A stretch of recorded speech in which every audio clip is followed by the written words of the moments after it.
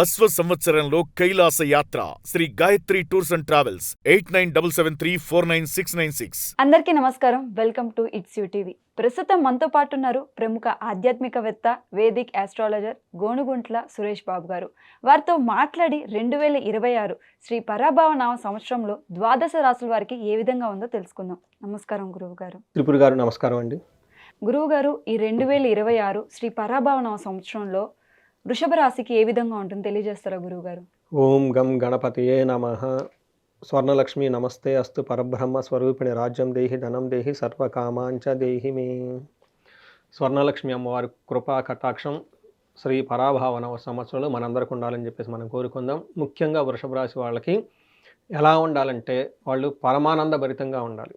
అలా ఆనందభరితంగా ఎట్లాంటి పరిస్థితుల్లో ఉండే ఒక శక్తి మనకు కావటమే పరబ్రహ్మ తత్వం అంటారనమాట. కొన్నిసార్లు మన దగ్గర అందుబాటులో ఉంటే అందుబాటులో ఉండకపోవచ్చు, ఉన్నా ఓకే, లేకపోయినా మనం హ్యాపీ. ఇలాంటి ఒక భావన మనలో ఉండటమే బ్రహ్మతత్వం అంటారు.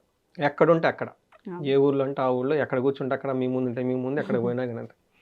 సో నెక్స్ట్ మనకి రాజ్యం దేహి అంటారు. రాజ్యం దేహి అంటే ఏంటంటే మనం మాట్లాడిన మాటకి ఎంతో విలువ ఉండాలి. ప్రతి ఒక్కళ్ళు మన చుట్టూ ఉన్న వాళ్ళు మనకి విలువిస్తూ ఉండాలి కదా. అలానే మనం ఏదనుకుంటే మనకి అందరూ చక్కగా రెస్పాండ్ అయిపోయేసి మనకి అనుగుణంగా ఉండాలి. నాకు ఆర్గనైజేషనల్ హెడ్స్ కానివ్వండి, జూనియర్ స్టాఫ్ కానివ్వండి, సి లెవెల్ పీపుల్ కానీ, నాకు ఎక్కువ మేనేజర్ లెవెల్ పొజిషన్స్లో నాయకత్వ లక్షణాలు, పొలిటీషియన్లు, సీనియర్ బ్యూరోక్రాట్స్ వస్తూ ఉంటారు. అందుకని వాళ్ళని కూడా ఉద్దేశించి చెప్తూ ఉన్నాను అనమాట.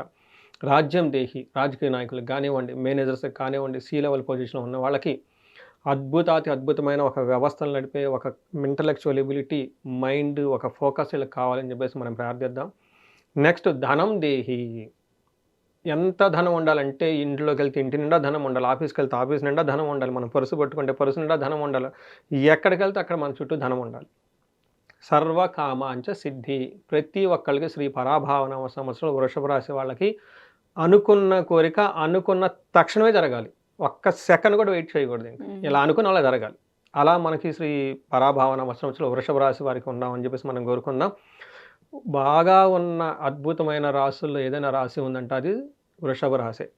లాస్ట్ ఇయర్ నేను అదే చెప్పాను. లాస్ట్ ఇయర్కి చాలామంది ఓపెన్గా ఛాలెంజ్ కూడా చేశాను. మీ లైఫ్లో ఎందుకు లేదు, నాకు కాల్ చేయండి, నేను చూస్తానని చాలా వీడియోలో కూడా చెప్పుకున్నాను.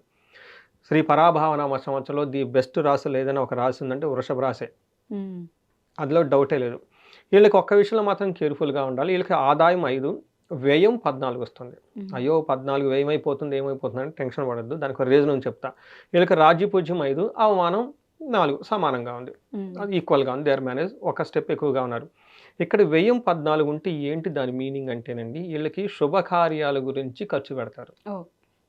దాన్ని మనం అంటే డబ్బు వస్తుంది, ఖచ్చితంగా డబ్బు కూడా పోతుంది. ఎందుకంటే అమ్మవారి చెంచలక్ష ఒక చోట ఉండరు, స్థిరంగా ఉండదు. అమ్మవారు నడుస్తూ ఉంటారు, ఇలా అలా వెళ్ళిపోతూ ఉంటారు. అంతే కదా, మన డబ్బు వస్తుంది, ఖర్చు పెట్టుకుంటాం, డబ్బు వస్తుంది, ఖర్చు పెట్టుకుంటాం. ఇక్కడ లాజిక్ ఏంటంటే మనం ఖర్చు పెట్టిన 10 రూపాయలు 100 రూపాయలు తిరిగి మళ్ళీ మన దగ్గరికి రావాలి. ఖర్చు పెట్టకూడదు అనుకోకూడదు, ఖర్చు పెట్టాలంటే ఖర్చు పెట్టే ఈ ఖర్చు ఇంటెలిజెన్స్, వివేక వైరాగ్యాలతో ఖర్చు పెట్టాలంట. ఈ వివేక వైరాగ్యం ఉంటే ప్రపంచంలో అన్నీ మన దగ్గర ఉన్నట్టని ఎవరు చెప్పారు? ఆది శంకరాచార్యులు చెప్పారు. అందుకని మనం ఖర్చు పెట్టేటప్పుడు చాలా తెలివితేటలుగా ఖర్చు పెట్టాలి. ఎక్కడ మనం ఖర్చు పెడితే లక్ష్మీదేవి హ్యాపీగా ఫీల్ అయ్యి మన ఇంటికి వస్తుందో చూసుకొని ఖర్చు పెట్టాలంటే ధర్మబద్ధంగా ఖర్చు పెట్టాలి, అవసరమైనంత ఖర్చు పెట్టాలి, ఎక్కడ వేస్ట్ చేయకూడదు, మంచి మనసుతో ఖర్చు పెడుతూ ఉండాలి.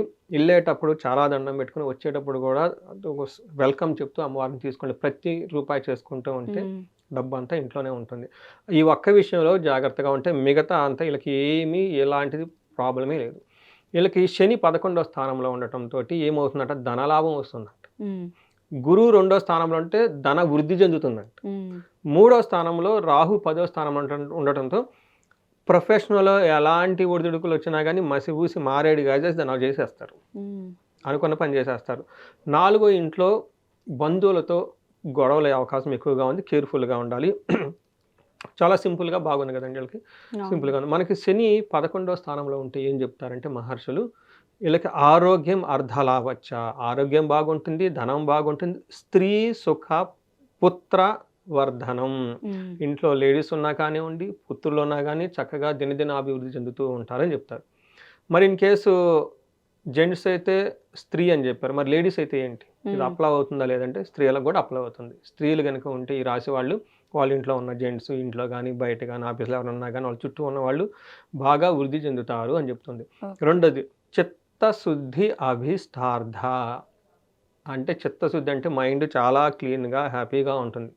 గుర్తుపెట్టుకోండి, ఎవరైనా టాప్ ఎగ్జిక్యూటివ్స్ ఉంటే వాళ్ళకి మెయిన్ అసెట్ ఏంటో తెలిసిన quick accurate decision making. Very త్వరగా డెసిషన్ తీసుకోవాలి, వెరీ యాక్యురేట్గా ఉండాలి, క్విక్గా ఉండాలి. అలా ఎవరైతే త్వరగా కరెక్ట్ డెసిషన్ తీసుకుంటారో they are the number 1 position. మీరు కూలిపోయిన వాళ్ళని లేదా వాళ్ళ బ్యాడ్ హిస్టరీ తీసుకుంటే they took the wrong decisions. అలానే కింద శని వీళ్ళకి అలాంటి ఇంట్యూషన్ ఇస్తాడు, ఒక ప్రాపర్ యాక్యురేట్ డెసిషన్ తీసుకునే అవకాశం ఎక్కువగా ఉంటుంది. ఒక విషయంలో జాగ్రత్తగా గుర్తుపెట్టుకోవాలి, కోర్టుకు సంబంధించిన వ్యవహారాలు లిటిగేషన్స్ ఏమంటే అది స్లోగా ఉంటుంది, ఫాస్ట్గా ఉండదని గమనించాలి. నెక్స్ట్ గురువు వీళ్ళకి 2వ హౌస్లో ఉండటంతో అద్భుతంగా ఉంటుంది. ధనానికి ఎప్పుడు బాధపడరు ఈ రాశి వాళ్ళు. ఏం చెప్తారు, మనస్సౌఖ్యం, యశోవృద్ధి, సౌభాగ్యం, ధనాగమం, ఇవన్నీ ధనానికి సంబంధించి. మనసు అంతా హ్యాపీగా ఉంటుంది, ఖుషీగా ఉంటుంది, వంశం బాగుంటుంది, పిల్లలు పుట్టే అవకాశం ఎక్కువగా ఉంటుంది, సౌభాగ్యంగా ఉంటారు. తర్వాత ధర్మ వ్యయం అంటే ఖర్చు, మంచి పనుల గురించి ఖర్చు పెడుతూ ఉంటారు. మీకు ఇందాక గుర్తుపెట్టిన ఖర్చు విపరీతంగా పెట్టేసే అవకాశం ఉందంటే ఏం చేస్తారు, ఇల్లు కట్టుకుంటారు, పెళ్లి చేస్తారు, తర్వాత సమాజానికి ఉపయోగపడే మంచి పనులు చేస్తూ ఉంటారు, లేదంటే హైయర్ ఎడ్యుకేషన్ చేస్తారు, ఫారిన్ వెళ్తారు. అంటే లైఫ్లో ట్రాన్స్ఫార్మ్ అయ్యే కొన్ని పనుల గురించి వీళ్ళు బేస్గా ఈ డబ్బులు ఇన్వెస్ట్ చేసే అవకాశం ఎక్కువగా ఉందని గుర్తుపెట్టుకోవాలి. ఆయుష్ చాలా బాగుంటుంది, ఆరోగ్యం చాలా బాగుంటుంది. అయితే జూన్ తర్వాత గురువు మారుతూ ఉన్నప్పుడు కొన్ని విషయాలు వీళ్ళు చాలా జాగ్రత్తగా ఉండాలి. మెయిన్ వీళ్ళకి ఏం చెప్తారంటే, మారిన తర్వాత కూడా వీళ్ళకి ఎప్పుడు మారుతున్నారు, పుష్కరాలప్పుడు మారుతూ ఉన్నారు. గోదావరి పుష్కరాలు వస్తాయి, పుష్కరాల టైంలో మారిపోతూ ఉంటారు. వీళ్ళకి మ్యారేజ్ కాని వాళ్ళకి మ్యారేజ్ అవుతుంది, గుళ్ళు గోపురాలు చక్కగా తిరుగుతారు, ధనం విషయంలో బాగుంటుంది. అయితే ఇక్కడ ప్రాబ్లం ఏంటంటే వాళ్ళు చేస్తున్న ఉద్యోగంలో కొంచెం డిస్టర్బెన్స్ వచ్చే అవకాశం ఉంటుంది. మనకి ఏం చెప్తారంటే మహాభారతంలో దుర్యోధనుడికి 3వ స్థానంలో గోచారంలో గురువు ఉన్నప్పుడు తన పదవిని పోగొట్టుకుంటాం, వాళ్ళ తమ్ముళ్ళందరూ పోగొట్టుకోవడం జరిగింది. అయితే వీళ్ళకి అలా ఉంటుందని కాదు, జస్ట్ ఒక ఐడియా గురించి చెప్తున్నా. ఉద్యోగంలో కొంచెం డిస్టర్బెన్స్ వచ్చే అవకాశం ఎక్కువ ఉంటుందని గమనించుకోవాలి. వీళ్ళకి 10వ స్థానంలో రాహు ఉన్నారండి. 10వ స్థానంలో రాహు ఉన్న వాళ్ళకి షేర్లు బిజినెస్లు చేసేవాళ్ళు కానివ్వండి, గ్యాంబ్లింగ్ చేసేవాళ్ళు, క్యాసినోలు ప్లే చేసే వాళ్ళకి వీళ్ళందరికీ కలిసి వస్తుంది. రాజకీయ నాయకులు ఉన్న వాళ్ళకి కలిసి వస్తుంది, సాఫ్ట్వేర్ వాళ్ళకి కలిసి వస్తుంది, మీలాగా యాంకరింగ్ చేసే వాళ్ళకి కలిసి వస్తుంది, కెమెరా ముందు ఉన్న వాళ్ళకి కలిసి వస్తుంది, ఫిలిమ్స్ ఆర్డర్లకు కలిసి వస్తుంది, తర్వాత అందరికీ కలిసి వస్తుంది. అప్పటిదాకా ఏమీ చేయలేకపోతున్నా ఫీలింగ్ ఉన్న వాళ్ళకి కూడా విపరీతం కలిసి వస్తుంది. అందుకని ఈ ప్రకారం ఏది చూసుకున్నా కానీ మనస్సౌఖ్యం, ఆనందం, అభీష్ట సుఖ భోజనం, కర్మసిద్ధి అంటారు. కర్మసిద్ధి అంటే చేసిన పనిలో సిద్ధి వస్తుంది, భోజనం చక్కగా చేస్తారు, అనుకోని పనులన్నీ జరుగుతుంటాయి. చూసారు కదండి, ఈ 2026వ సంవత్సరంలో అద్భుతంగా ఉన్న రాశి వృషభ రాశి. ఇన్ కేస్ లేదంటే ఇమ్మీడియట్గా నాకు కాల్ చేయమని చూద్దాం. గురువు గారు వాళ్ళ యొక్క గ్రహస్థితి ప్రకారం ఎలా ఉంటుందో చెప్పారు, అలాగే నక్షత్రం ప్రకారం వారికి ఎలా ఉంటుందో తెలుస్తారు. ఇందులో కృతిక, రోహిణి, మృగశిర అద్భుతమైన నక్షత్రాలండి. మృగశిర నక్షత్రంలో కృతికాలో సూర్యుడు ఉచ్చంగా ఉంటాడు, రోహిణిలో చంద్రుడు ఉచ్చ స్థానంలో ఉంటారు అనమాట. మృగశిర వచ్చేటప్పటికి మనకి కుజుడు చక్కగా ఉంటారు అన్నమాట, సొంత నక్షత్రాలు అనమాట. అంటే సూర్యుడు, చంద్రుడు వరుసగా ఉన్న అద్భుతంగా ఉన్న నక్షత్రాలు మొత్తం ఇందులోనే ఉంటారు. స్థిర రాశి అని చెప్తూ ఉంటారు. వీళ్ళు చక్కగా కదలకుండా కూర్చొని అన్ని పనులు చేసుకునే తత్వం ఉన్న రాశి వాళ్ళు వీళ్ళు. ఇందులో కృతికా నక్షత్రం వాళ్ళకి సంపదలు ఉంటుంది, ఐశ్వర్యం ఉంటుంది, సంతోషం ఉంటుంది, ధనలాభం ఉంటుంది, సర్వజన పూజ్యము, అందరి నుండి రెస్పెక్ట్ ఉంటుంది. ఇంకేం కావాలండి, అంతా ఉంది వీళ్ళకి. లేను అనేదైతే ఏమీ లేదు. రోహిణి నక్షత్రం వాళ్ళకి రాజ్యము, సంపద, ఐశ్వర్యం అని చెప్తారు. నెక్స్ట్ రాజ్యం అంటే ప్రమోషన్స్ వస్తుందని గుర్తుపెట్టుకోవాలి, ధనప్రాప్తి ఉంటుంది, సర్వజన పూజ్యము, అందరి నుంచి చక్కగా అభినందనలు వస్తూ ఉంటాయి.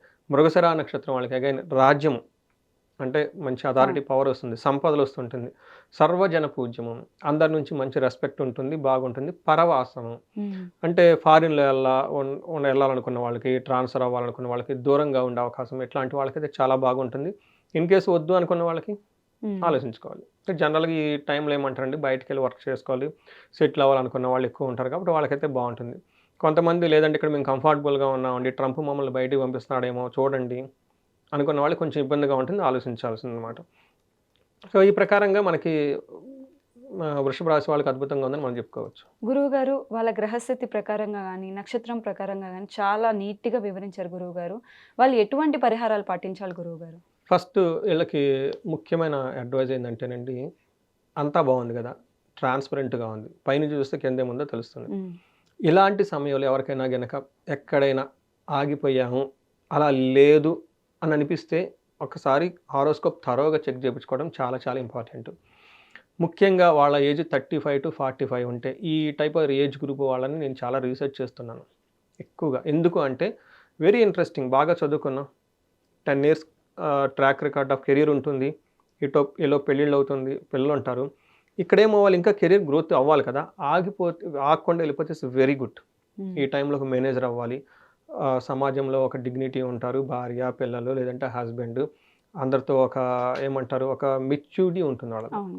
బట్ ఈ టైంలో వాళ్ళ కెరియర్లో బ్రేక్ వస్తే, ఉమ్, ఈ టైంలో వాళ్ళ రిలేషన్షిప్స్ హార్మోనీ లేకపోతే, ఈ టైంలో వాళ్ళు డైరెక్షన్ కన్ఫ్యూజన్లో ఉంటే ఏంటి, ఉమ్, అలాంటి వాళ్ళ గురించి నేను ఎక్స్క్లూజివ్గా రీసెర్చ్ గ్రూప్ లాగా పెట్టుకుని అందులోని ఎన్ఆర్ఐలు, C level people, manager level people ఒక ఆ, ఒక వెరైటీగా చేసుకుంటూ వెళ్ళిపోతూ ఉన్నాను అనమాట. ఉన్నవాళ్ళైతే ఆగిపోయి ఉంటే ఖచ్చితంగా చూపించుకోవాలి. ఎందుకు అంటే కొన్ని బ్లాకేజెస్ ఉంటాయి. ఉమ్, మనం ఈ బ్లాకేజెస్ని శాపాలు అనొచ్చు లేదా దోషాలు అంటారు. శాపాలు దోషాలు అంటే మనం కాదు, వీఆర్ గుడ్, ఉమ్, కానీ మళ్ళీ స్టిల్ ఆగిపోయాం. ఏంటి ఆ రీజన్? మీరు కాదు, మీ యాన్సెస్టర్స్, ఉమ్, వాళ్ళ తల్లిదండ్రులు, మన అక్కడి నుంచే కదా వచ్చింది. ఉమ్, అలానే నేచర్, ప్రకృతి, um, we are somewhere not aligning with that. Um, um, అది తెలుసుకుంటే కనుక అవి పరిహారాలు చేసుకుంటే చిన్న చిన్న పరిహారాలు లైఫ్ 10 అంతలు ముందుకు వెళ్ళిపోయి దూసుకొని వెళ్ళిపోతారు ఈ రాశి వాళ్ళు. ఉమ్, సో అందుకని ఎవరికైనా అనిపిస్తే మనకు ఒకసారి కన్సల్టేషన్ తీసుకుంటే బాగుంటుంది. బట్ బేసికల్గా అందరికి ధనం కావాలి కాబట్టి స్వర్ణలక్ష్మి విశేష హోమం చేయించుకున్న, కుబేర పాశుపత అభిషేకం చేయించుకున్న చక్కగా కలిసి వస్తుంది. తర్వాత వీళ్ళకి శుక్రుడికి సంబంధించి చక్కగా శుక్రవారం నియమంగా ఉంటే ఇంకా బాగా కలిసి వస్తుంది. ఎవరికైనా భార్యాభర్తల మధ్య డిస్టర్బెన్స్ కనిపిస్తుంటే ఇన్ కేస్ సెన్స్ అయితే అలా ఉంటుంది అని అన్యోన్య దాంపత్య పాశుపత అభిషేకం చేయించుకుంటే చాలా బాగుంటుంది. ఎవరికైనా ఇంకా శత్రువుల బాధలు ఇలా ఉంటే చండీ హోమాలు, చండీ పారాయణాలు ఇవి చేయించుకుంటే చాలా బాగుంటుంది. సో ఈ రాశి వాళ్ళంతా అష్టైశ్వర్యాలు కలగాలి, భోగభాగ్యాలు కలగాలి, చక్కగా ఉండాలని చెప్పేసి మనం కోరుకుందాం. ధన్యవాదాలు గురువు. ధన్యవాదాలండి.